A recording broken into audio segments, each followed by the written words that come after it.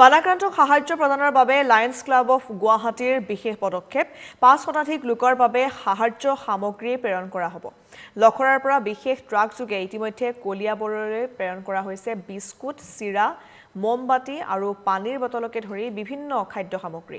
সাহায্য সামগ্ৰী পঠিওৱাত সহযোগ কৰিছে পৰিবহণ বিভাগৰ বিশেষ কৰ্তব্যৰত বিষয়া গৌতম দাসে। লায়ন্স ক্লাবৰ সভাপতি মহেশ শৰ্মা লগতে প্ৰকল্প সঞ্চালক মানিক আগৰৱালৰ নেতৃত্বত প্ৰেৰণ কৰা হৈছে এই সামগ্ৰীসমূহ। ৰাজ্যৰ বান বিধ্বস্ত অঞ্চলত সাহায্য সামগ্ৰী বিতৰণৰ বিশেষ পদক্ষেপ লৈছে লায়ন্স ক্লাবে।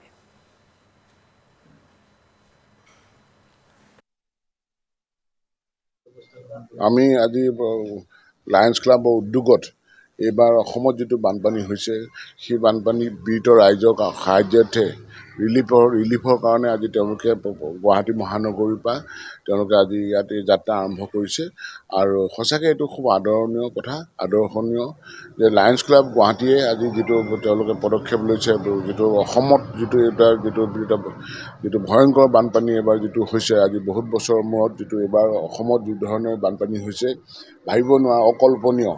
এইখিনিত ইতিমধ্যে ৩৮জনকৈ মানুহ আমাৰ এই বানপানীত এইবাৰ আমি হেৰুৱাবলগীয়া পৰিস্থিতি এটা সৃষ্টি হৈছে। আজি লায়ন্স ক্লাবে এই মানুহখিনিক সহায়ৰ হাত, যিটো আত্মজনক সহায়ৰ কাৰণে যিটো হাত আগবঢ়াইছে, সঁচাকৈ আদৰণীয়। আমি ছাৰে আমাক ক'লে, আমাৰ ছাৰ যেতিয়াও আমাক বিচাৰে আমি সদায় ছাৰৰ লগত আছোঁ। আৰু এতিয়াও আমি ৰাজ্যৰ কাৰণে যি কৰিব পাৰোঁ, আমি যিমানটো আমাৰ সংস্থা কৰিব পাৰিব আমি কৰিম। এতিয়া আমি চিৰা দিছোঁ, বিস্কিট, কেণ্ডেল, পানী বটল আৰু মেচ বক্স দিছোঁ। আৰু সেইটো আমাৰ মতে ৩০০-৪০০ মানুহৰ কাৰণে